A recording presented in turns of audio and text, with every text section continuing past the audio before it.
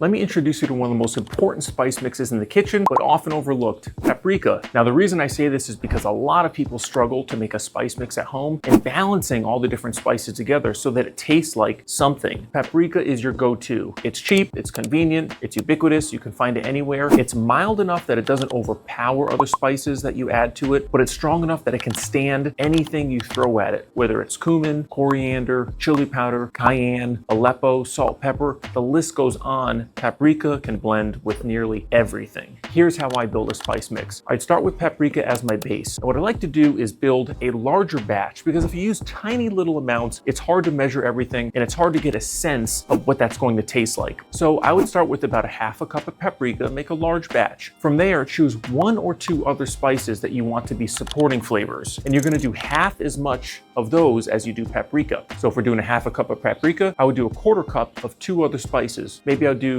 chili powder and cumin. That's my base. Now I can build on that. Do I want a little spicy? Let me do another level. Instead of a half a cup and a quarter cup, now I'm gonna do an eighth of a cup of cayenne for that heat supporting. If I wanna balance that heat, I can do an eighth a cup of brown sugar. And that's how I'm building my layers. Start with the base, and as you add your supporting layers, keep dividing them in half so that this stays as your base and the other things don't drown it out. They enhance it. And that's where a lot of people struggle. I just like to do parts of everything. So you could do 4 parts paprika, 2 parts chili powder, 2 parts cumin, 1 part cayenne, 1 part brown sugar. That's how we think about it in the kitchen. And when you build your spice mixes like that, you can make endless combinations. Add some garlic, add some onion, start with a quarter part of each. If you want to go up to a half part of each, you could do anything that you like. And another reason that paprika is so great is because it's really full of carotenoids. It's so full that 1% of its weight is actually pigment, which is wild. So it's great at keeping your spice mixes deeply red and savory and delicious looking, adding pigment and redness to your dish, and also that it's going to thicken up anything you put in it. So that's really cool that you can add paprika to a stew or something like that, and it's going to actually thicken up the liquid a little bit. One of the reasons it's great in like a turkey skillet is adding that paprika is going to bring all those flavors together and thicken them up a little bit,